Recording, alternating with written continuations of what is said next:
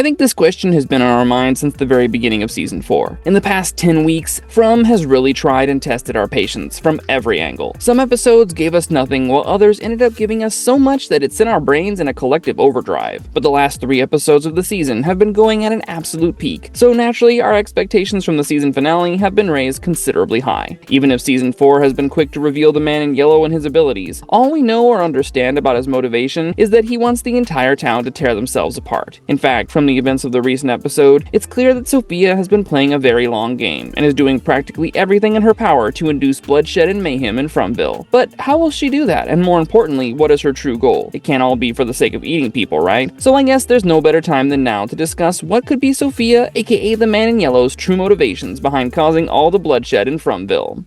Because what happens next is my favorite part.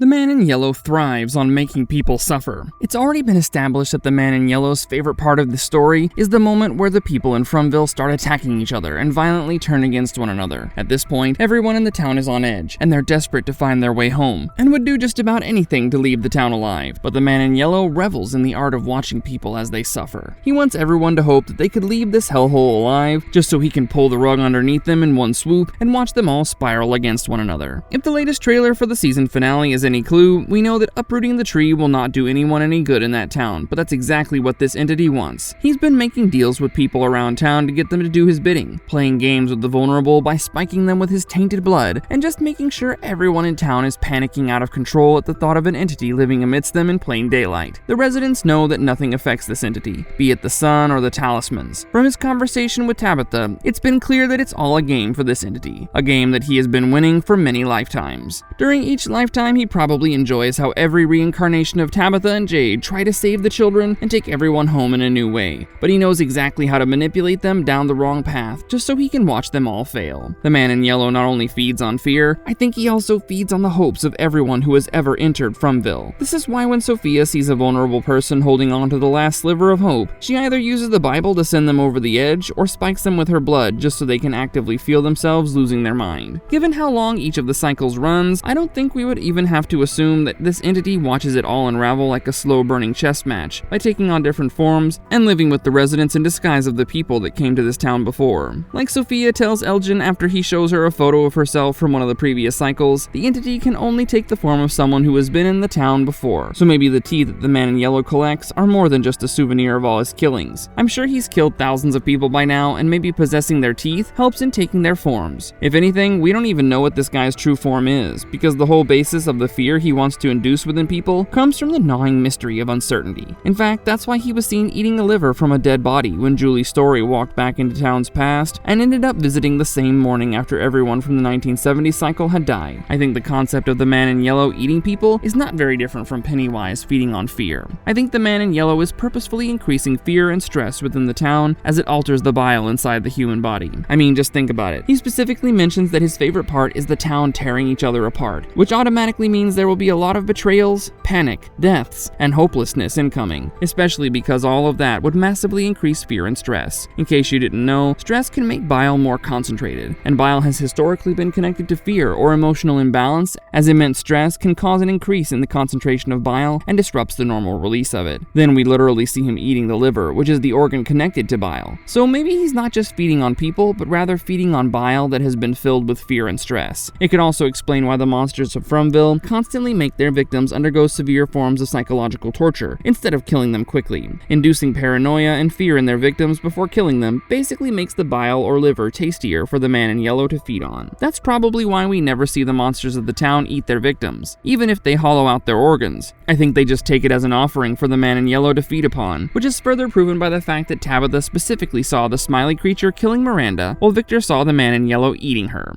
Everything in Fromville is ritualistic in nature. As Sophia tells Clara while making her do good on her deal, everything in Fromville is part of a bigger ritual. That's why even if saving the children is very essential for the residents to break the town's cycle, there's a proper way to actually do it. This is probably why Sophia asks Clara not to interfere with the tree digging mission, because she apparently wants it to happen, which makes it obvious that it's not going to end well for anyone in that town. Instead, she performs yet another ritual with Clara by making a cut on both her palms and tainting her blood in the process. This is why we see Clara stand outside in the clinic and pour her blood into the healthy concoction that she made for Fatima. Even if Fatima doesn't find it appetizing, Clara makes sure she drinks it and then leaves after the job is done. We already know that Fatima has not been the same since she gave birth to Smiley and became symbiotically connected to him, to a point that she could stop him from killing Kenny. But all that backfired when varicose veins type marks started growing on her stomach. Not only that, Christy mentions how she's a walking corpse because, according to her intense vitals, she should be dead. Of course, drinking the tainted blood makes it worse for her, as we see Fatima's health get worse. Her hair starts falling out and her stomach ache gets intense, which is obviously triggered by that damn drink. In fact, now the vein-like marks on Fatima's stomach look a lot like the ones we see on the bodies of the man in yellow, the creatures, and even the Ankui children. Hence, it's possible that her time as a resident of the township is over, and her time as a piece of the township's recurring narrative has begun. Of course, I believe this is also an essential ritual needed for the man in yellow to keep the cycle going. So do you guys remember Jasmine? I'm talking about the monster who seduced a guy inside Colony House and led to the whole bloodshed that ended with the death of 14 people. Well, before she killed Kevin, Jasmine told him that she didn't ask to be this way. Of course, back then, we all assumed she was manipulating him, but what if the whole immortality deal is a monkey's paw type situation, where everyone got their immortality, but not in the way they wanted? I think Jasmine was not one of the town's original people. I think during every cycle, the man in yellow integrates a new immortal monster to haunt the town to make sure that loop ends and another begins. It's the same reason why during every lifetime, Tabitha's son has to stay alive until the next cycle comes. In fact, Victor talked about a man who unalived himself because he couldn't stop the atrocities happening around him. What if that man was Tabitha's son before the 1970 cycle? It's totally possible. Anyway, in that sense, I think Fatima is involuntarily being turned into one of the creatures as a ritual to continue the town's cycle. That would turn into a puppet for the cosmic entity running the township, who could probably torture her if she refuses to do his bidding. That would also fall in line with the man in yellow's ideology, because he would take a kind-hearted, optimistic woman who chooses to see kindness in everyone and turn her into a manipulative monster that mutilates people.